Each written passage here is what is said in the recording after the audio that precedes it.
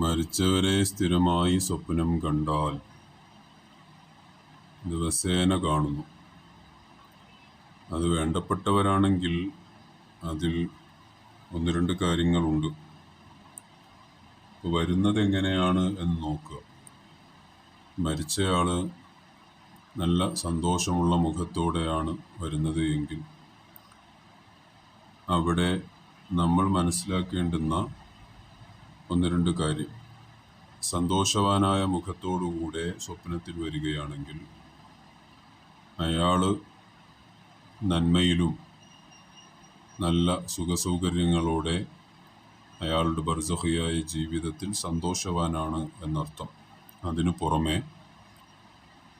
നമുക്കൊരു പ്രേരണയും കൂടെയാണ്. അയാൾ എന്ത് അമലിലാണോ കൂടുതൽ വ്യാപൃതനായിരുന്നത് ആ അമല് നമ്മെക്കൊണ്ട് ചെയ്ത് നമ്മളും മുന്നേറാൻ വേണ്ടിയുള്ള ഒരു മുന്നറിയിപ്പാണ്. മുന്നറിയിപ്പ് എന്നല്ല, അങ്ങനെ ചെയ്ത് മുന്നേറാനുള്ള ഒരു പ്രേരണയാണ് അദ്ദേഹം നൽകുന്നത്. ഉദാഹരണം, നിസ്കാരവും നോമ്പുമൊക്കെ ഉള്ള ആളാണ്, പക്ഷേ അയാൾ പാവങ്ങൾക്ക് ഭക്ഷണം കൊടുക്കുന്നതിൽ തൽപരനായിരുന്ന വ്യക്തിയാണ് എങ്കിൽ ആ അമലാണ് അയാൾക്ക് ഏറ്റവും ഇഷ്ടപ്പെട്ട അമൽ. അത് കാരണമായാണ് അയാൾ സന്തോഷവാനായത് എന്നതിലേക്കാണ് സൂചന നൽകുന്നത്. മറ്റൊരാൾ ഫർളായ അമലുകൾക്ക് പുറമെ ധാരാളം സദഖ ചെയ്യുന്ന വ്യക്തിയാണ്. സദഖ ചെയ്യുന്നതിനോട് വലിയ താല്പര്യമുള്ളയാളാണ്. അങ്ങനെയെങ്കിൽ ആ അമലാണ് അയാളെ ഏറെ സന്തോഷിപ്പിക്കുന്നതും നിങ്ങളും അത് ചെയ്യൂ എന്നുള്ളതിലേക്കുള്ള സൂചനയാണ്. അതല്ലെങ്കിൽ ആലിമീങ്ങളെ ബഹുമാനിക്കുക, മുത്തഅല്ലിമീങ്ങളെ സ്നേഹിക്കുക, ഇൽമിൻ്റെ അഹ്ലുകാർക്ക് അവർക്ക് വേണ്ട സഹായ സഹകരണങ്ങൾ ചെയ്തു കൊടുക്കുക, മുത്തഅല്ലിമീങ്ങൾക്ക് ഭക്ഷണം നൽകുക, ഇതിലാണ് അയാൾ തൽപരനായിരുന്നതെങ്കിൽ അത് മുഖേനയാണ് അയാൾ ഇപ്പോൾ സന്തോഷവാൻ എന്ന് അറിയിക്കുന്നതോടൊപ്പം നിങ്ങളും അത് ചെയ്യൂ എന്നതിലേക്കുള്ള സൂചനയാണ്. ദുഃഖം നിറഞ്ഞ മുഖത്തോടെയാണ്, രണ്ടാമത്തത് ദുഃഖം നിറഞ്ഞ മുഖത്തോടെയാണ്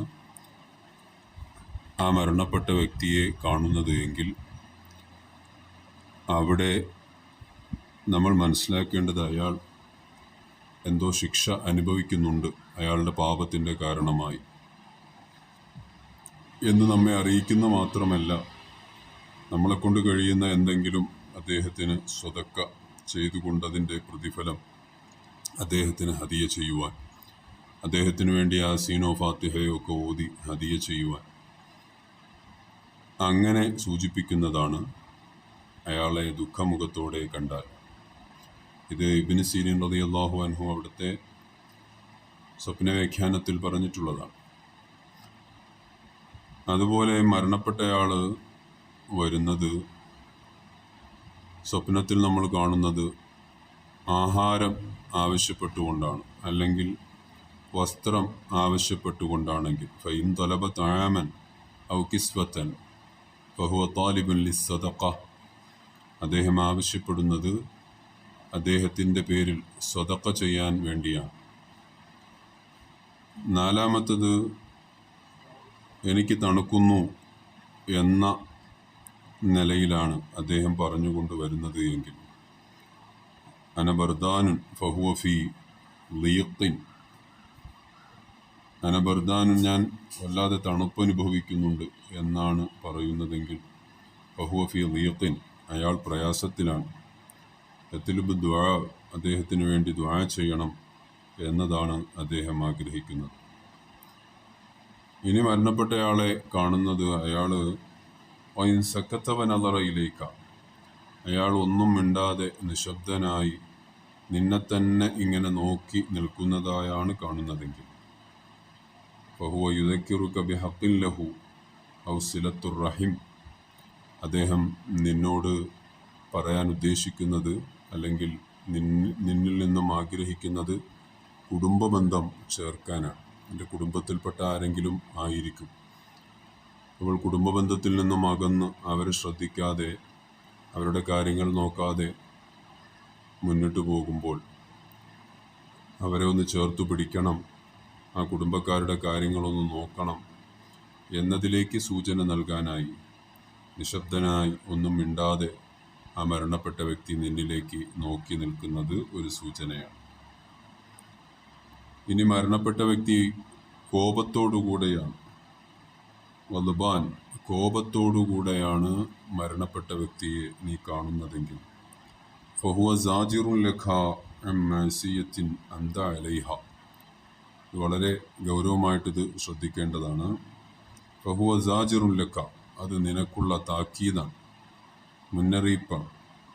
അൻ മഅസിയത്തിൻ അൻത അലൈഹ, നീ നിലവിൽ ചെയ്തുകൊണ്ടിരിക്കുന്ന തെറ്റുകൾ, നീ എന്തെങ്കിലും തെറ്റുകളിൽ ഏർപ്പെട്ടുകൊണ്ട് വളരെ ഒഫ്ലാനായി അശ്രദ്ധനായി ആ തെറ്റിൽ തന്നെ നിരന്തരം ഇങ്ങനെ അതിൽ മുഴുകി ഇങ്ങനെ പോകുന്ന സന്ദർഭത്തിലാണ് മരണപ്പെട്ടുപോയ നിൻ്റെ കുടുംബക്കാരെ, അല്ലെങ്കിൽ നിൻ്റെ വേണ്ടപ്പെട്ടവരെ, അല്ലെങ്കിൽ നിൻ്റെ ഉസ്താദന്മാരെ ആരെയെങ്കിലും കാണുന്നത് എങ്കിൽ അത് നിനക്കുള്ള താക്കീതാണ്.